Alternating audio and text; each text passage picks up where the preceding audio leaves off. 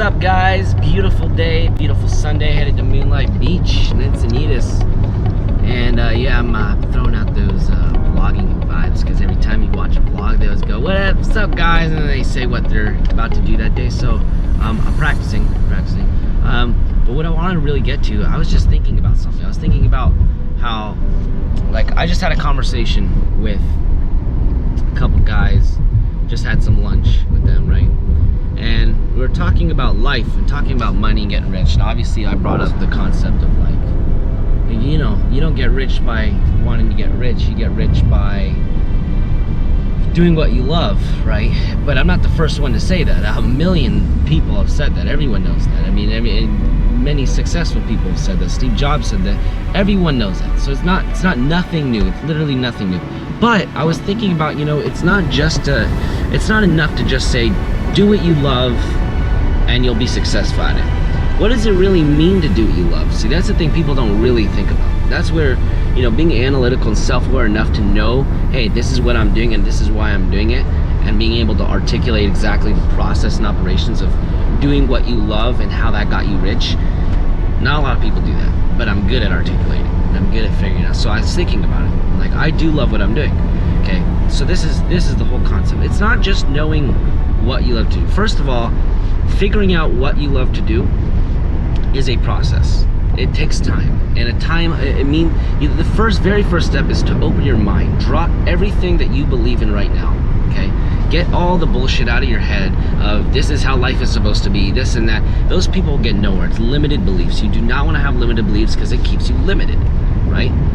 Many things are impossible until people do it. Once you finally, you know, you break free and you realize, oh, this is possible, then everyone's like, oh, it's possible. And you think something's impossible until it's proven to be not possible, because someone actually has the guts to try it and figure out how to actually do it and accomplish it, and realize that, wow, you know, it's just people's beliefs of it being not possible that stopped everyone from even trying.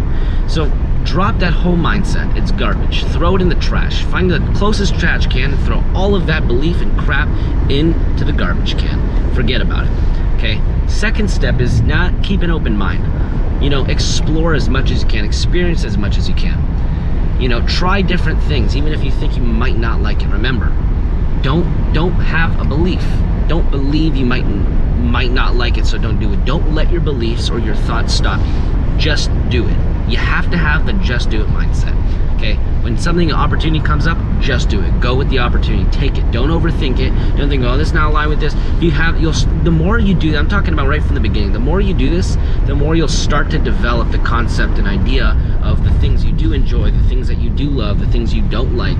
And you'll start to also build even energetically, metaphysics, you're building an aura doing this. You're building an energy. You're building a character, right? An energetic character of this person who is building a sense of self.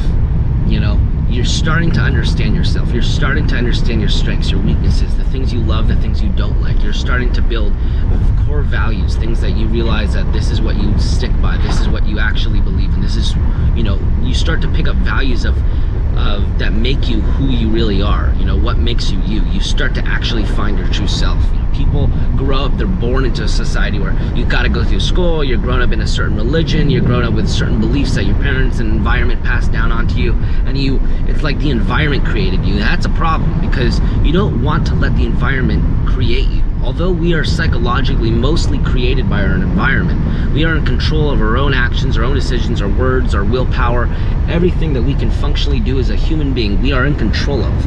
And it's a matter of self-awareness. It's a matter of knowing why we do what we do, and when we do things that's even subconscious, to be aware of that, enough to question it, to be like, why did I just do that? You know, think about it, and what connected, you know, what sort of beliefs were passed down to me, what kind of child psychology was, you know, passed down to me that made me develop this habit, or develop, you know, making a decision, you know, start to become self-aware. That's one of the most important parts to figuring out your true path in life, figuring out your purpose, and end up doing what you love and making a plethora of all the money in the world that you need. And the reason why, you know, it's a matter of the reason why you will accomplish doing what you love, having all the money in the world that you need and everything, is because the path that you'll end up taking is a path that you've created, right? You've created this understanding of yourself. You've made sense of yourself. You understand your values. And so with that, you're creating the path. Instead of you being grown and developed to a religion where these beliefs are passed on to you and giving you a path, right?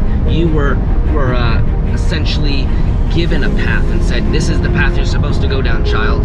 You're creating yourself. You're exploring the world enough, the universe enough to figure yourself out, to build your own values, and eventually come to a conclusion of like, this is who I am. This is the things I love to do. This is my values. This is what makes me who I am, and this is why I do what I do. You'll end up figuring out that one thing that you absolutely love. You stick with it, and you create. There's creativity involved in it. Once you find that thing and you create a business out of it, or whatever it might be, maybe it is work with a company, but as long as you have a vision, you know where you're going, you know what you love to do, and you have values first, you know why you love it. Why? It's the most important part, because that's what drives you. That's your motivation. When you hit struggles and challenges, which you will, that's life, you'll love it so much that you'll push through it.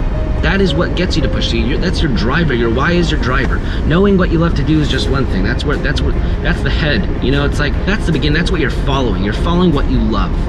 But the driver that's actually the running engine that's pushing it forward is the why you love to do it, right? And your physical body actually doing it, putting it into action. And then there's so many things that go into different qualities, like just motivation and determination and willpower, and that the mental strength and practicing the things like that keep you in that perfect mindset that you need to be successful, and that every single day, you know, that's all on you. That's all your willpower to change. That's where it all starts to begin. That's the willpower, right? Your willpower to be open-minded, your willpower to be strong, your willpower to explore new things, to experience, to think for yourself, to think why you do what you do, and really process that, because people don't do it. It's easier to not process why you do what you do. It's easier to just go with life and let people tell you what to do and what you should do, at least, but you're losing your sense of self. Not only are you losing your sense of self, and you will probably be poor, but you're also living in a world of misery. And this is why. When you're following another person's path, and another person's belief, and another person's whatever, not your own intentions, not your own beliefs, what's happening when you do that is, when things don't work, you have no foundation, because you have no sense of self. When you make sense of yourself, you have a foundation, right? When you know what you love to do, why you do it, you have a foundation. You know what to look back for. If you lose friends, if you lose on a business deal, it doesn't matter. You have yourself. You'll always have yourself for the rest of your life. And that one self that you have, you understand it. You know that one self. You know yourself, right? So you know how you function. You know you're in control of yourself. The one thing that you always only have control of is your own decisions. But when you're following everybody else's and relying on other people's decisions, and then that fails, you have nothing to go back to. You're left with misery, you're left with failure, you're left with feeling defeat, you're left with feeling just a complete failure, no sense of self. That's the problem. And you see, that's also what narcissistic personality disorder is. They can't make sense of self, so they mimic everybody else. Yet they live their entire life with anxiety and misery because they can't make sense of self. It's absolutely, honestly, narcissistic personality disorder is absolutely a terrible disorder. It is terrible. I feel bad for people with narcissism. I know people label it and make it sound so bad, like these people are so bad. I am so sorry for people. I really believe you can get out of it. It's your willpower that gets out of it.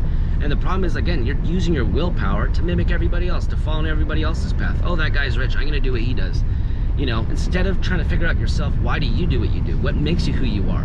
What about your family? You know, why do your parents do what they do? Understanding your family, understand your foundation, where you came from. When you understand where you came from, that leads up to, right, past plus present equals the future. Everything that we did plus everything we're doing now is going to create the future. So go back to that. Everything that you've come from, figure out, what is it? What really is it? What made it what it is? All the experience you've been through, why did it happen? Understand your past, and then understand your present. How you're making decisions now, who you are now, what made you who you are today, and now figure out your future. You know, what is it that you want? What are the things that you love? Again, taking that open mind, that willpower to explore and to experience. And the more you do that, the more you start to develop a structure, a foundation of a set of values that you have for yourself, that you realize that this is what I love, this is what I really believe in, this is, you know, what I want to change in the world, this is whatever it is, and you start from that, you start to develop a vision. You create a vision of your future and what you're going to be doing and where you want to be in 5-10 years, and now you have a goal, now you have a vision, and the only person that is in the way of you accomplishing that is yourself, right? Nothing else in the world matters. That's what's so important, because now when you go out into the world and you do fail and you do face challenges, not only is your why driving you and you know why you're doing it, you know, and you don't let people step on you and tell you what to do, and not that, you know, letting them tell you what to do, but letting other people's belief kind of sway you. You have your own set of values, right? You're still open-minded. You always got to look for lesson. You always got to seek the lesson in every experience, because you got to keep learning, got to keep growing, right? You're always figuring out more and more about yourself. So always keep open-minded. But the start of it is to keep the open mind and to explore and to experience. As you do that, you start to develop. You start to develop a mold that you start to live with, and then you know, you only know as much as you know until you know more, right? You don't know what you don't know, and there's always the unknown until you find it. Just the same concept as everything is impossible until it's possible, right?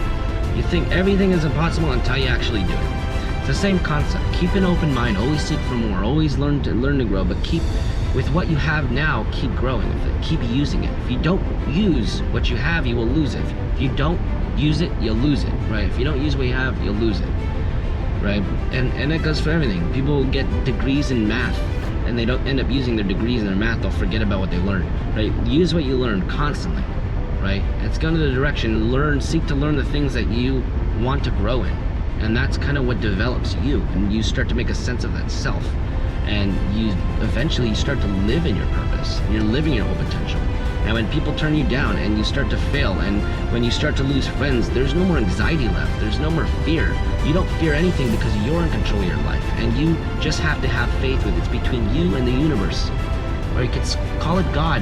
You know, you and the whole, the universe as a whole, you are a player in this game, living this life, you know. And so you're only in competition with yourself, nobody else. So figure out who you are. Everyone is a unique combination. I can explain this logically if you want. If you take away everything that physically